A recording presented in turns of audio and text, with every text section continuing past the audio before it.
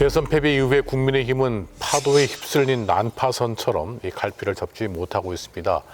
당 쇄신을 해야 하는 마당에 이 구주리와 친한계 갈등으로 치닫고 있는데요. 제가 선거 때 얼굴 마담이었습니까? 선거에 이긴 정당처럼 행동하고 있는 이 태도가 정말 통탄스럽습니다. 정신 차려야 될 거라고 생각합니다. 자중질환, 사본 오열의 위기에 빠진 이 국민의힘의 내홍, 누구의 잘못이 더 크다고 보십니까? 김용태 비대위원장이 1990년생이에요. 그러니까 우리 나이로 치면 이제 30대 이제 중반밖에 안 됐는데 비대위원장 맡은 한 달 사이에 그런 얘기를 많이 한대요. 폭삭 늙었수다. 그래갖고 좀 많이 좀 힘들다. 그리고 전에는 이제 선배 의원들하고 잘 지냈는데 옆에 앉는 사람이 없다는 거예요. 다 같이 잘 안 앉으려고 그러고 피한다는 거예요. 김용태 비대위원장이 뭐 후보 교체 뭐 시도했던 거 당무감사한다든가 탄핵 반대 무효화 당론 뭐 취소하는 거 이런 부분들은 방향을 참 잘 잡았다고 봅니다. 그런데 문제는 그걸 왜 굳이 김용태가 해야 되느냐? 자기의 임기까지 늘려가면서 이걸 이제 의원들이 수용을 못하는 것 같습니다. 왜냐하면 김용태 비대위원장도 대선 패배에 어느 정도 책임이 있거든요. 그러니까 이런 거에 대해서 마치 자기 정치를 하려는 것처럼 비춰지니까 그래서 많은 논란을 빚는 것 같습니다. 그거 외에는 다른 방법이 없지 않습니까? 뭐 김용태 위원장은 자기가 비대위원장이고 허수아비가 아니잖아요. 자기 허수아비고 싶지 않거든요. 근데 이번에도 보면은 아니 의원총회 딱 하기로 해놓고서 40분 전에 다른 사람이 사퇴한 원내대표가 그걸 철회시키고 이런 걸 딱 보면 그 행태는 계속 되고 있다라는 겁니다.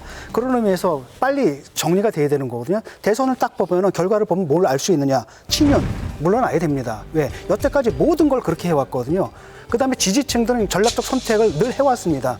박근혜 정치적 고향에서 이준석이 탄핵의 강을 건너야 된다고 정부영 돌파했을 때 찍어줬단 말이죠.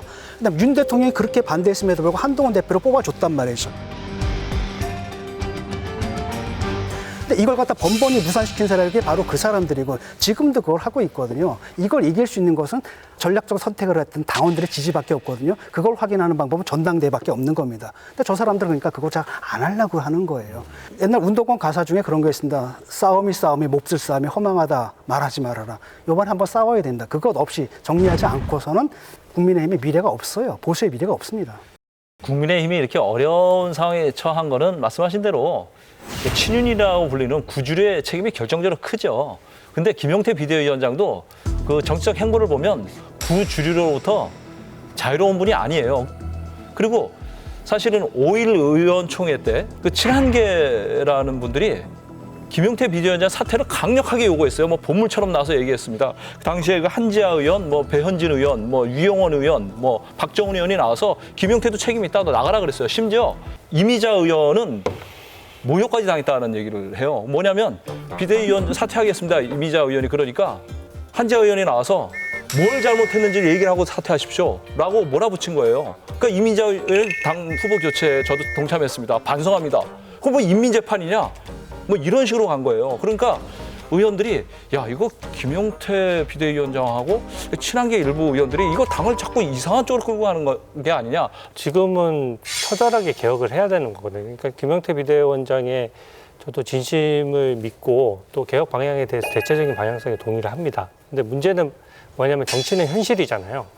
그러려면 민주적 정당성이 어느 정도 확보가 돼야 되는데 결국 김용태 비대위원장의 민주적 정당성이라는 게 기존의 원내대표로부터 나왔던 그 정당성을 가지고 계속 끌고 가는 거거든요. 그러니까 지금은 위기 상황이기 때문에 어쩔 수 없이 비대위원장의 권한을 행사하면서 어느 정도 진행하는 건 저도 불가피하다라고 생각하는데 그게 어느 정도 선이 있어야 된다는 것이죠. 그래서 비대위 체제를 계속 길게 끌고 가면서 모든 것을 내 체제하에서 해결하겠다 이렇게 해서는 국회의원들뿐만 아니라 당원들의 지지를 받기 힘들고요.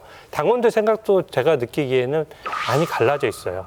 저는 지금 당원들의 민심을 또 정확히 한번 여쭤볼 타이밍이 됐다라고 생각합니다. 그래서 어차피 전당대회가 열리면 표를 얻기 위해서 과거에 대해서는 처절하게 반성하고 새로운 비전을 보여주지 않으면 당선될 수가 없어요.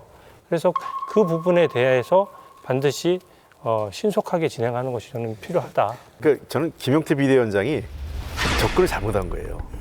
그러니까 본인이 임기를 연장해서 이 5개 개혁안을 통과시키겠다고 하는 순간 이게 어긋난 겁니다. 그러니까 6월 안까지 이렇게 하는 것을 결정하자. 그리고 난 6월 안에 끝내겠다. 그랬을 때 혹시 다른 의원들이나 다른 정치인들이 야, 그럴 바에는 네가 해라. 김용태 그쵸. 비대위원장이 좀 더 추가로 하는 게 좋겠다 이랬는데 마치 조건부로 내가 나의 김기를 6월 말에서 9월까지 연장시켜주면 내가 이걸 하겠다 이런 식으로 하면서 약간 명분이 잃은 거죠. 원래 큰 선거 지면요. 바로 그 다음날 다 물러납니다. 그렇게 하고 그리고 나서 그래도 더 해라 말라 이거를 그렇죠. 다른 사람들이 얘기해야 되는데 권성동 원내대표도 물러난 것도 한참 압박을 해서 물러났고 저는 물러난 줄 알았는데 또 원내대표라고 또 문자를 보냈다는 거 보고 이게 뭐지? 이런 상황이 들었는데 김용태 비대위원장도 마찬가지죠. 물러날 때 깔끔하게 물러날 줄 알아야 다시 기회가 열립니다. 그러니까 비대위가 몇 번째입니까 지금? 그러니까 예. 그러니까 비대위라는 게 그러니까 그 국힘은 그러니까 비상이 정상인 상황이 된 거예요. 더 지금. 꾸릴 수 없는 거죠. 그러니까 더 이상 꾸릴 수 없기 때문에 김용태로 갈 수밖에 없는 거고 그다음에 시간을 정했지 않습니까? 8월이든 아니면 9월 초든 간에 한 2달 정도 연장하는 건데 그때 모든 걸 하고 그때 당원들의 뜻을 묻는 게 당연한 겁니다. 근데 거기에 대한 반발이 있는 게 이 사람들은 계속 그 자기만의 또 자기 사람들의 비대위를 꾸려가지고 대충 넘어가면서 지방선거 공천까지 자기들이 행사하겠다 이런 의도가 너무 뻔하게 보이니까 근데 대부분의 의원들은 전당대회 일찍 하는 것에 대해서 지금 동의하고 있는 상황이에요. 저번 의총 때 저는 그 부분은 거의 정리됐다고 생각합니다.